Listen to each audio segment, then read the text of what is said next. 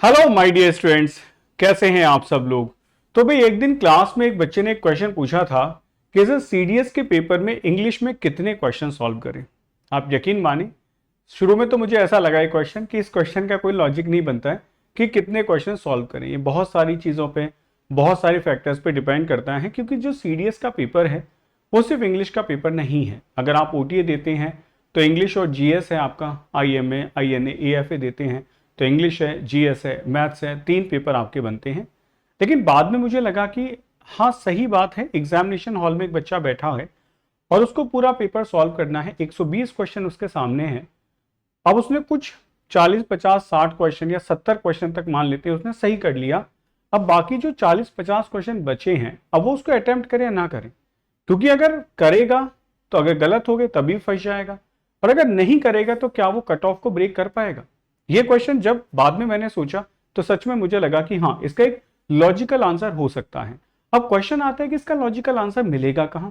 बिल्कुल सही बात कि क्योंकि हमें सब्जेक्ट्स के मार्क्स तो नहीं पता चलता है ना, लेकिन बेटे एक लॉजिकल आंसर मिल सकता है। जब हम सारे प्रीवियस ईयर के कट ऑफ्स को एनालाइज करें तो हम ये लॉजिकल आंसर निकाल सकते हैं कि कहां जाके हमें इसका जो समाधान है वो मिल सकता है। तो आज आपके सामने मैं ये वीडियो लेके आया हूं जिसमें हम ये डिस्कस करेंगे कि सीडीएस 2023 में यदि आपके सामने इंग्लिश के 120 क्वेश्चंस हैं तो उसमें से कितने सॉल्व करने चाहिए। और इसका आंसर मुझे मिल चुका है आपके पूरे प्रीवियस ईयर की कट ऑफ्स के अंदर, और मैं आपको बिल्कुल परफेक्ट बताऊंगा जिससे आपको ये समझ आ जाएगा कि परफेक्ट अटेम्प्ट कितने होने चाहिए।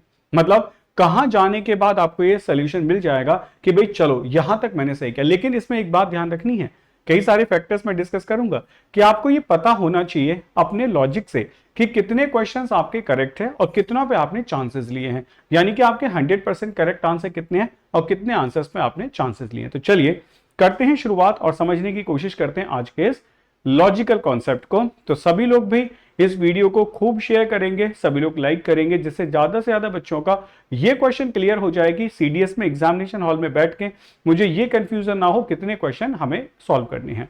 तो इंग्लिश में कितने क्वेश्चन सॉल्व करें, तो मैंने जब इस बारे में सोचा तो समझ आया कि इसका आंसर एक ही जगह मिल सकता है यदि मैं प्रीवियस ईयर एनालिसिस करूं कि प्रीवियस ईयर जो हमारे हुए हैं बेटा वहां पर अगर हम एनालाइज करें, हम ये देखें कि क्या हमारी कट ऑफ गई थी, उसके हिसाब से हम चीजों को ब्रेक कर सकते हैं। ठीक है, तो प्रीवियस ईयर में हमने बहुत सारा डेटा आपके लिए उठाया है, लेकिन मैं कहूंगा कि इसमें जो डेटा है वो 2019 से लेकर यदि हम 22 का तक का कंसीडर करें, ठीक है, ये 5 सालों का डेटा ये बहुत काम का होगा।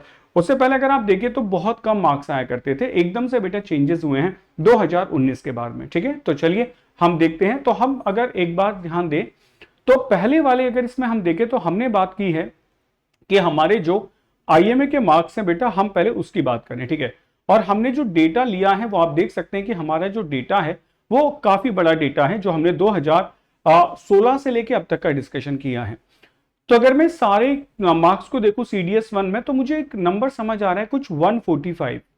ठीक है, ये बेटा आईएमए का डेटा है। ठीक है, और एक अगर मैं इसमें देखता हूं तो 145 से अलग मुझे बाकी तो सारे लीस्ट नंबर है, मानो यहां पे 72 है, तो मैं मार्क कर लेता हूं मैंने एक मैक्सिमम नंबर देखा 145। अब क्वेश्चन ये आता है कि जो 145 है ये कितनों में से आया होगा। भाई 300 नंबर में से आया होगा ना, 100 नंबर इंग्लिश के, 100 नंबर जीएस के और 100 मार्क्स आपके मैथ्स के। ठीक है, इससे आपने 145 लिया। तो आप मुझे बताओ कि 145 यदि हम बात करें तो क्या ये 50% है। तो आप कहेंगे नहीं सर ये 50% नहीं है, कहीं ना कहीं अगर हम लिखें तो ये मैक्सिमम मार्क्स जो ये 50% से नीचे ही है। तो आप देख सकते हो कि कहीं ना कहीं बेटा 50% से नीचे मार्किंग है। बाकी अगर आप देखें तो 136 है, 130 है, 116 है, 118 है, 125 है, 72 है। तो 136 आया, इधर आप देखें तो 139 है, 139 है, 138 है, 134 है। ठीक है, तो ये मैक्सिमम है। तो आप ये बात सोचो कि आज तक आईएमए में जितने भी बच्चों ने मार्क्स मतलब एग्जाम दिया है, और हम बात करें बेटा 2016 से लेकर 2022 तक की, यानी कि उनको कभी 50% मार्क्स लाने की भी जरूरत नहीं पड़ी। अगर आपके मार्क्स 50% से भी कम है, यानी कि करीबन 48 या 49% है, आप तभी सिलेक्शन लेंगे। तो अगर आप ये कहें कि सर मैं 50% मार्क्स लाने का कमिटमेंट करता हूं, तो इसका मतलब सिलेक्शन आपकी मुट्ठी में। सही बात है। चलिए और कैलकुलेशन देखते हैं। ये हुई आईएमए की बात। एक बार बढ़ते हैं आईएनए की तरफ। आज आपका जो मिथ है ना वो बस्ट हो जाएगा कि जो होता है ना इतने क्वेश्चन सॉल्व करने हैं। जैसे मैंने वो क्यों किया, क्योंकि एक बच्चे ने मुझसे ये भी कहा कि सर एक टीचर कह रहे थे कि आपको पूरे 120 में से 120 क्वेश्चन अटेम्प्ट करने हैं। बात समझे? तब मुझे बात बहुत अजीब सी लगी, क्योंकि ऐसा कोई सजेशन नहीं दे सकता, बिकॉज पेपर में नेगेटिव मार्किंग भी है। And how is it possible कि हम नेगेटिव मार्किंग को इग्नोर कर दें? ठीक है, तो चलो अब हम बात करते हैं बेटा, यहां पे देखते हैं, समझने की कोशिश करते हैं। चलिए वही कैलकुलेशन हम यहां लगाते हैं। कौन सी वाली? जो हमने वहां लगाई थी। तो हम अगर यहां सारी कैलकुलेशंस को देखें बेटा, 128, 36, 18, 105, 98, 118, 63 या फिर 90, 11, ये 134, 32, 122, 118, तो मुझे लगता है सबसे ज्यादा नंबर है क्या? 136। अरे समझ, 136 मार्क्स बेटा, ये तो कितना हुआ? ये तो 50% से भी काफी नीचे आ गया। 14 नंबर नीचे है 50% से भी। तो आप ये देखो कि सिर्फ 47-46% एंड आपका सिलेक्शन हो रहा है। बात समझ पा रहे हो? कि आप ये खुद से सोचो कि कितने कम मार्क्स पे आपका सिलेक्शन हो रहा है। तो ये जो आपने एक हाइपोथेसिस बना रखी है ना कि 100 क्वेश्चन है, 100 के 100 सॉल्व करने, 120 क्वेश्चन इंग्लिश में पूरे सॉल्व करने, जीएस में 120 आउट ऑफ 120 करके आना है। तो पहले आपको यह समझना है कि आपको कैलकुलेटिव अटेम्प्ट्स पे काम करना है। आपको यह देखना है कि आपके कितने क्वेश्चन 100% करेक्ट है, ठीक है, और कितने क्वेश्चन से बेटे जिसपे आप चांस ले रहे हो। बस ये अगर आप सही से समझ सकते हो तो आप एग्जाम को ब्रेक कर सकते हो। चलिए आगे बढ़ते हैं। अभी हम बात करते हैं और चीजों की। ऐसा नहीं है कि हमने यही खत्म किया, एक बार एएफए की बात करते हैं। अगर हम एएफए में देखें तो बेटा इसमें सबसे जो हाईएस्ट मार्क्स आपको दिखाई देंगे वो यहां दिखाई दे होंगे 158। बिल्कुल सही बात है। यहां पहली बार हमें देखने को नजर आया या देखने को मिला है कि हमने 50% को ब्रेक किया है। ठीक है, यहां हम देख सकते हैं यहां भी बेटा 152 है, यहां भी हम 50% को ब्रेक कर गए। ओके, इसका मतलब यह हुआ कि एएफए के लिए अगर मैं बात करूं तो मुझे अगर अपने हिसाब से सोचना है तो I have to consider myself कि मुझे कहीं ना कहीं बेटा 55% ये मेरा टारगेट होना चाहिए, तो मैं कहीं ना कहीं एक सेफ स्कोर की तरफ जा सकता हूं। ठीक है, तो यहां आप देख सकते हो कि भाई 158 मार्क्स हैं, इसने कहीं ना कहीं 50% को ब्रेक किया है। ठीक है, या 152 मार्क्स है, इसने ब्रेक किया, तो 158 एक ही बार आया। 152 भी अगर आप देखें एक ही बार आया। उसके बाद देखो उससे नीचे 148 है, फिर 143 है, तो ये नीचे वाले नंबर। उसके बाद तो 130 से नीचे चला गया। तो अगर आप खुद को 55% के आसपास कंसीडर करते हैं तो आप एएफए में भी चांस ले सकते हैं, कोई प्रॉब्लम नहीं है। ठीक है, अब नेक्स्ट बात करते हैं। नेक्स्ट आ जाओ, अब बात आती है ओटीए की, जहां सबसे ज्यादा बच्चे हैं। ठीक है, जहां सारी लड़कियां हैं, सारे लड़के हैं। ओटीए बेटा, और वो सारे बच्चे मुझ जैसे जिनका मैथ्स बिल्कुल मतलब समझो कमजोर है कि हम तो यहां से चले जाएंगे। तो ओटीए की यदि मैं बात करूं जहां सबसे ज्यादा स्टूडेंट इंटरेस्टेड है, तो मैं ये देखता हूं कि सबसे ज्यादा कट ऑफ कहां थी? 2021 के फर्स्ट पेपर में कितनी कट ऑफ गई? आप देखें बेटा, कट ऑफ गई 107 नंबर। आ गया समझ? एक बार और मार्क करो 102 नंबर। ठीक है, एक बार 100 और मार्क करते हैं 100 नंबर। ठीक है, अब आप एक बात बताओ, क्या एक बार भी 110 का आंकड़ा टच हुआ? नहीं हुआ ना। तो अब आप खुद सोचो कि भाई जब 110 का आंकड़ा टच ही नहीं हुआ है तो भाई फिर ये बताएं कि आप कैसे ये कह सकते हैं कि आपका सिलेक्शन 110 लाने पे नहीं होगा। तो बात यहां है कि आपको अगर यहां आप देखें कि कितने स्कोर पे आपका सिलेक्शन होगा, यदि आप 110 अटेम्प्ट करने का मतलब वो रखते हैं स्टैमिना कि सर मेरी तैयारी है और मैं 110 नंबर ला सकता हूं, ठीक है, तो आपका 100% सिलेक्शन है। ये तो बहुत एडवर्स कंडीशन हो सकती है कि 107 से उठ के 115 चला जाए। बात समझ गए? एडवर्स हो सकता है, और अगर ऐसा होगा तो पेपर इजी होगा, और अगर पेपर इजी होगा तो आपका भी 110 का 115 होगा, क्योंकि आप कोई उन स्टूडेंट्स में थोड़ी काउंट कर रहे हो, आपको एवरेज वालों में। भाई जो सिलेक्शन हो ले रहा है वो प्रीमियम लेयर का स्टूडेंट है, तो अगर आप सिलेक्शन के लिए फाइट कर रहे हो तो आप प्रीमियम लेयर में हो। अगर आप ये बात करो कि सर तुक्का लगाना है तो आप एवरेज लेयर में। ठीक है, तो फिर एवरेज लेयर वालों को तो चांस वाली बात है, मे बी और मे नॉट बी। लेकिन जब आप प्रीमियम लेयर में हो तो आपका कंपटीशन किससे है? 100% से, कि 100% सिलेक्शन होगा।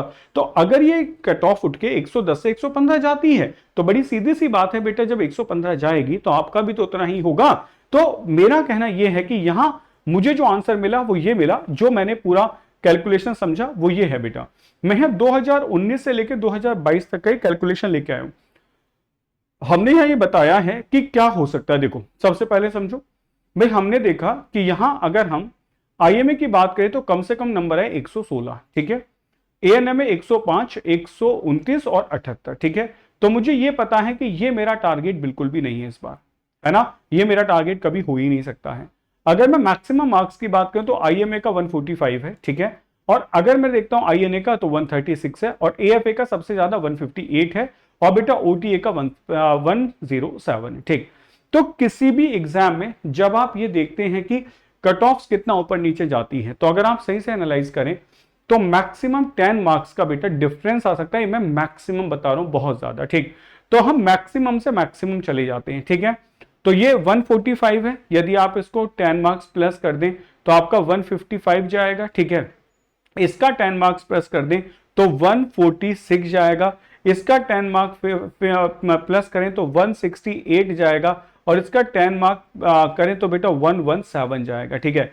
अब आप इस बात को ऐसे कैलकुलेट कर लो बहुत आसानी से कि ये 155 है प्लस 55% अराउंड 150, मतलब 55% से नीचे ही है बेटा 50% से, ठीक है। और 168 ये आपका बेटा एक हायर जाएगा, और दूसरा 117 की यदि मैं बात करूं तो ये वाला भी बेटा आपका 50% से ऊपर ही होगा, ठीक है। तो ये 50% से ऊपर है, लेकिन ये हमने मैक्सिमम बात की है, वरना कट ऑफ इसके आसपास रहती है। तो अब आपको यह समझना है कि अगर आप पेपर में, ध्यान से समझो, अगर आप पेपर में 50% का टारगेट हिट कर देते हैं, ठीक है, सक्सेसफुली, मतलब होता है ना कि आपको पेपर 60% 50% आता है, ठीक है, 50% आता है, ध्यान से सुनो, मैंने ये नहीं कहा तुक्के लगाने।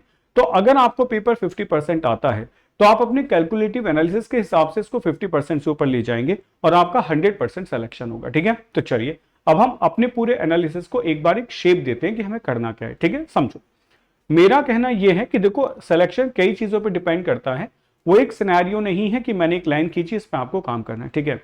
अब जैसे आप लोगों ने ओटीए की बात करी, अगर मैं ओटीए में बात करूं सबसे पहले समझाने की, तो आपके पास दो पेपर हैं, एक बेटा आपका जीएस है और एक आपका क्या है, इंग्लिश है, ठीक है। अब आपको यह समझना है कि जीएस इंग्लिश को कैसे बैलेंस करना है। मेरा मानना यह है कि अगर आप 110 ये वाले नंबर को टच कर जाते हैं तो आप बिल्कुल सेफ साइड खड़े हैं, ठीक है, आप 100% सेफ साइड खड़े हैं। अब 110 कैसे बैलेंस होगा, जीएस में मैंने जो बच्चों को देखा है वो कहते हैं भाई हमारे मार्क्स 30 से 40 के बीच आसानी से आ जाते हैं, ठीक है, मतलब 30 से 40 हम ले आते हैं। बहुत बच्चे ऐसे होते हैं जिनका जीएस बहुत अच्छा है, वो इसको भी क्रॉस कर जाते हैं, वरना यूपीएससी की जीएस ऐसी है कि जो 20% क्वालिफाइंग मार्क्स होते हैं ना, कभी कभी वो भी नहीं आते। लेकिन हम एक उस बच्चे की बात ही नहीं कर रहे जिसके 20% भी नहीं आ सकते, इसका मतलब वो रेस से बाहर है, उसको तो आता ही नहीं है, ठीक है। हम उन बच्चों की बात करें जो मेहनत करें, ठीक है। अगर आप 30 से 40 नंबर यहां ला सकते हैं तो यदि मैं 40 के साथ देखूं तो बेटा कहीं ना कहीं आपको यहां 70 मार्क्स 70 to 80 के बीच जाना होगा। अब ये आपको डिसाइड करना है कि आप कहां बैलेंस करते हैं। अगर आप जीएस को और ऊपर लेके जाते हैं तो उसी हिसाब से आपकी इंग्लिश को थोड़ा सा कम करना पड़ेगा, क्योंकि देखो टाइम 24 घंटे वेटेज बराबर देना होगा। तो मेरा मानना यह है कि भाई पेपर में अगर आप लोग समझें, जैसे अगर आपका जीएस कमजोर है तो आपको पहले से पता है कि जीएस कमजोर है, तो आप खुद ही बता रहे हो कि 40% मुझे मार्क्स दे पाएगा, 40% के आसपास में मार्क्स दे पाएगा, ठीक है। तो अब जो मुझे आगे वाले 60% मार्क्स चाहिए, क्योंकि मुझे तो 100% करना है ना 110 को, तो जो 60% मार्क्स चाहिए वो मुझे यहां से लेके आने, ठीक है। तो इस हिसाब से मुझे जितने जीएस में नंबर कम है उतने इंग्लिश में बढ़ाने। यहां एक छोटा सा ट्विस्ट ये रह जाता है कि जीएस हमारा टफ पेपर है, वो बाद में होता है, इंग्लिश वाला पेपर पहले हो जाता है, ठीक है। ये एक थोड़ी सी प्रॉब्लम है, मैं आपको बताऊंगा, इसको रिवर्स कर दिया जाए, जीएस वाला पेपर पहले हो और इंग्लिश वाला बाद में हो, तो बच्चे अच्छे से कैलकुलेट कर पाएंगे।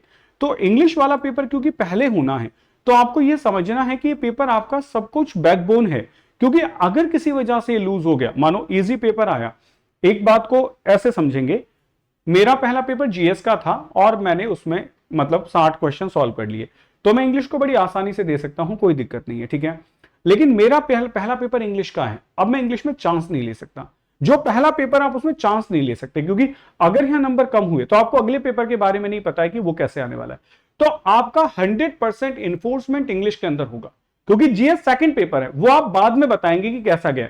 आप इंग्लिश को, अगर आपने मानो इंग्लिश इजी थी और आपने कहा 10 क्वेश्चन थे, वो मैं चांस ले सकता था, लेकिन मैंने लिए नहीं, ठीक है, और फिर बाद में जीएस डिफिकल्ट आ गई, तो फिर आपका सिलेक्शन नहीं हुआ। इसलिए इंग्लिश में आप चांस नहीं ले सकते। तो इंग्लिश में आपको दो काम करने, एक तो आपके जो परफेक्ट अटेम्प्ट है बेटा उस पर काम करना है, ये आपको बहुत ज्यादा बढ़ाने। आपके परफेक्ट अटेम्प्ट मुझे लगता है कि ये आपके बेटा 50% से ज्यादा होना चाहिए, यानी कि आपकी वोकैब और ग्रामर 100% जानी चाहिए, तो आपका 50% से ज्यादा परफेक्ट अटेम्प्ट में चला जाएगा। ठीक है, फिर आप करीबन करीबन 20% से ज्यादा पेपर में बेटा कैलकुलेटिव अटेम्प्ट ले सकते हैं। ठीक, तो आपका 70% को क्रॉस कर जाएगा।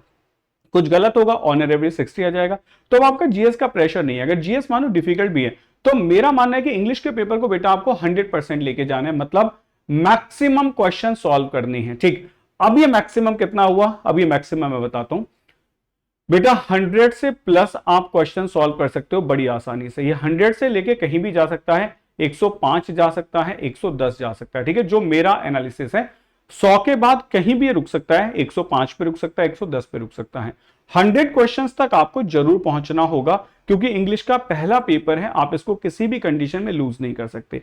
तो सबसे पहले आप ये डिसाइड कर लें कि 100 से ऊपर जाना है, 105, 110। आई नेवर सजेस्ट यू कि आप 120 आउट ऑफ 120 करें, 120 आउट ऑफ 120 क्वेश्चन सॉल्व करें, क्योंकि मुझे ही पता है कि कुछ क्वेश्चंस ऐसे होते हैं जिन्हें हम आउट ऑफ बॉक्स क्वेश्चन कहते हैं, जो बच्चे को जल्दी से या तो समझ नहीं आते हैं आपको ट्रैप करने के लिए, या फिर वो क्वेश्चन खुद ही इतने लेंथी होते हैं, लाइक माने कोई कॉम्प्रिहेंशन आ गया। ठीक है, कुछ पैराजंबर्ट के सेंटेंस इतने लेंथी होते हैं कि उनको वहां बना पाना गिवन टाइम में वो बहुत मुश्किल होता है। तो मेरा मानना यह है कि अगर आप 100 से ऊपर जा रहे हैं, यानी कि आप 105, 110 तक जा रहे हैं, तो ये बहुत अच्छी बात है, क्योंकि तब आप कैलकुलेटिव हो, आपको पता है कि मैंने जिन क्वेश्चन को छोड़ा है वो टाइम कंज्यूमिंग है, मैं इन्हें बाद में समय मिले तो अटेम्प्ट ले सकता हूं। ठीक है, तो ये बात हुई बेटा आपकी ओटीए की। अब बाकी में बात करते हैं, चाहे वो आईएमए है, ठीक है, इसमें समझो बेटा आईएमए है, या फिर आपका आईएनए है, या फिर आपका एएफए है। यहां ज्यादा चांसेस क्यों बढ़ जाते हैं, यहां समझते हैं। यहां बेटा आपका सबसे पहला इंग्लिश का पेपर है, फिर आपका जीएस है, और फिर आपका मैथ्स है। ठीक है, अब इसमें क्या होता है कि हम सबको पता है कि अगर हमारा इंग्लिश पुअर है मान लेते हैं, तो बेटा हम जीएस और मैथ्स से निकाल सकते हैं, यानी कि वहां हमारे पास दो ही लेग हैं, या तो इंग्लिश या जीएस, और हमें पहले से पता है कि हमारा एक सब्जेक्ट पुअर है, या तो इंग्लिश पुअर है, जीएस पुअर है। ठीक है, तो हम वहां डिसाइड कर पा रहे कि मुझे किस पेपर में ज्यादा काम करना है। ठीक है, दूसरा पेपर मुझे पहले से पता, यहां आपके पास ज्यादा चांसेस है। क्यों? क्योंकि यहां बेटा तीनों शब्द, देखो दो तो किसी के कमजोर नहीं है, पहली बात समझो। जो आईएमए, आईएनए और एएफए के लिए तैयारी कर रहा है, वो कहता है सर मेरे दो सब्जेक्ट कमजोर हैं, मुझे ना इंग्लिश आती है ना मैथ्स आता है, तो फिर क्यों कर रहे हो तैयारी। ठीक, तो आपको कम से कम ये समझना है कि आपका यहाँ कोई एक सब्जेक्ट कमजोर है, तो यहां 50 लाना आसान हो जाएगा, 50% लाना यहां आसान है। वो इसलिए आसान है कि आपने इंग्लिश का पेपर दे लिया पहले, ठीक है, जीएस में एफर्ट मार सकते हो, मैथ्स कैलकुलेटिव है, और मैथ्स आप सबको पता है भाई, मैथ्स एक ऐसा सब्जेक्ट है जिसमें यस एंड नो वाली बात है, या तो क्वेश्चन होगा नहीं होगा, ट्रैप्ड नहीं है कि कर रहे हुआ नहीं हुआ, ऐसा नहीं है, या तो आंसर निकलेगा नहीं निकलेगा, बात एकदम सीधी सी है। तो मैथ्स में आप वही डिसाइड कर लेते हो कि आपने 40 नंबर लिए, 50 लिए, 60 लिए। अब अगर आपका मैथ्स अच्छा है और आप ये सोचो कि आप इसको 60% के आसपास यदि सॉल्व कर रहे हो, ठीक है, तो बाकी सब्जेक्ट आपके वैसे ही लूज हो जाएंगे। क्लियर है? तो ये बच्चों एक रियल से एनालिसिस है कि आप हर सब्जेक्ट को, कभी भी किसी सब्जेक्ट को डेडिकेटेड मार्क्स ना दें कि आप क्या करें, लेकिन मैं इन सबके बीच में इतना जरूर समझाऊंगा कि इंग्लिश का पेपर सबसे पहले है और बाकी दो पेपर बाद में होंगे। तो हमें नहीं पता है कि उन दोनों पेपर्स में क्या होगा, और हम सबको यह भी पता है कि वो दोनों पेपर या जीएस वाला पेपर तो ऑलवेज डिफिकल्ट ही होता है। तो हम इंग्लिश पे ज्यादा मेहनत करें, हम अपनी जो सिलेक्शन की प्रोसेस है उसको इंग्लिश के साथ ही बेटा कंफर्म कर दें। हम इंग्लिश को इतने अच्छे से तैयार करके जाएं कि इंग्लिश का पेपर देने के बाद ही हमें यह क्लियर हो जाए कि अब हमारी सिलेक्शन को कोई नहीं रोक सकता है। आप 70 से 80 मार्क्स के बीच में यदि इंग्लिश में स्कोर कर रहे हो तो आपका सिलेक्शन 100% हुआ रखा है। बात समझ गए? चाहे वो बात आपका आईएमए हो, आईएनए हो या एएफए हो, बाकी सब्जेक्ट अगर आप एवरेज भी करके आएंगे तभी भी आपका सिलेक्शन हो जाएगा। तो ये भाई मेरा आपको लेके एनालिसिस था कि कितने क्वेश्चन सॉल्व करें। तो परफेक्ट अटेम्प्ट्स पे ध्यान रखो हमेशा कि परफेक्ट अटेम्प्ट कितने हैं। 50% से ऊपर यदि आप तीनों पेपर को सॉल्व करके आ रहे हो तो बहुत अच्छी बात है। यदि कोई पेपर 50% से नीचे जा रहा है तो आपको बढ़ाना होगा। ओटीए वालों के लिए सजेशन ये है कि भाई आपके पास दो ही चांस है, आपको पहले से पता है कि इंग्लिश कमजोर है, जीएस कमजोर है, तो जो कमजोर है बेटा उस पर थोड़ा काम करो और जो स्ट्रांग है उसको एकदम रॉकेट बना दो। और इंग्लिश को स्ट्रांग किया जा सकता है क्योंकि वो एक सब्जेक्ट है। जीएस में थोड़ा सा मुश्किल है क्योंकि जीएस एक सब्जेक्ट नहीं है, वो कॉम्बिनेशन ऑफ सब्जेक्ट्स है, history, polity, geography, economy, current affairs, ये सारे सब्जेक्ट है। पूरा साइंस एक सब्जेक्ट है, उसमें भी अब बायो है, केमिस्ट्री है, ठीक है, फिजिक्स है, वो सारे के सारे सब्जेक्ट्स हैं। तो मेरा सिर्फ ये एनालिसिस है कि कभी भी आप पहले से परसेप्शन ना रखें कि क्या करना है, आपको एक एवरेज निकालना है, सही परफेक्ट अटेम्प्ट्स पे ध्यान देना है कि आपके परफेक्ट अटेम्प्ट्स कितने होते हैं, और आपको ये फोकस करना है कि मेरा 50% से ऊपर यदि पेपर जा रहा है परफेक्ट अटेम्प्ट में तो मेरा सिलेक्शन है, क्योंकि 20% के आसपास में कैलकुलेटिव अटेम्प्ट्स भी ले सकता हूं। परफेक्ट अटेम्प्ट अगर आपके सही हैं तो आप यकीन माने सिलेक्शन आप जरूर लेंगे। ठीक है, तो ये मेरा आपके लिए एनालिसिस था। आई होप आपको एनालिसिस पसंद आया होगा। ऐसे ही इंफॉर्मेटिव वीडियोस के लिए हमारे साथ जुड़े रहें, मुझे फॉलो करें डॉक्टर मिश सिसोदिया, और आज ही हमारे चैनल को सब्सक्राइब करें। Keep imbibing. जय हिंद मेरे प्यारे दोस्तों, and best of luck for your exam.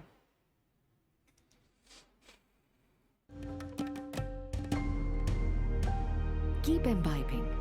We believe in you.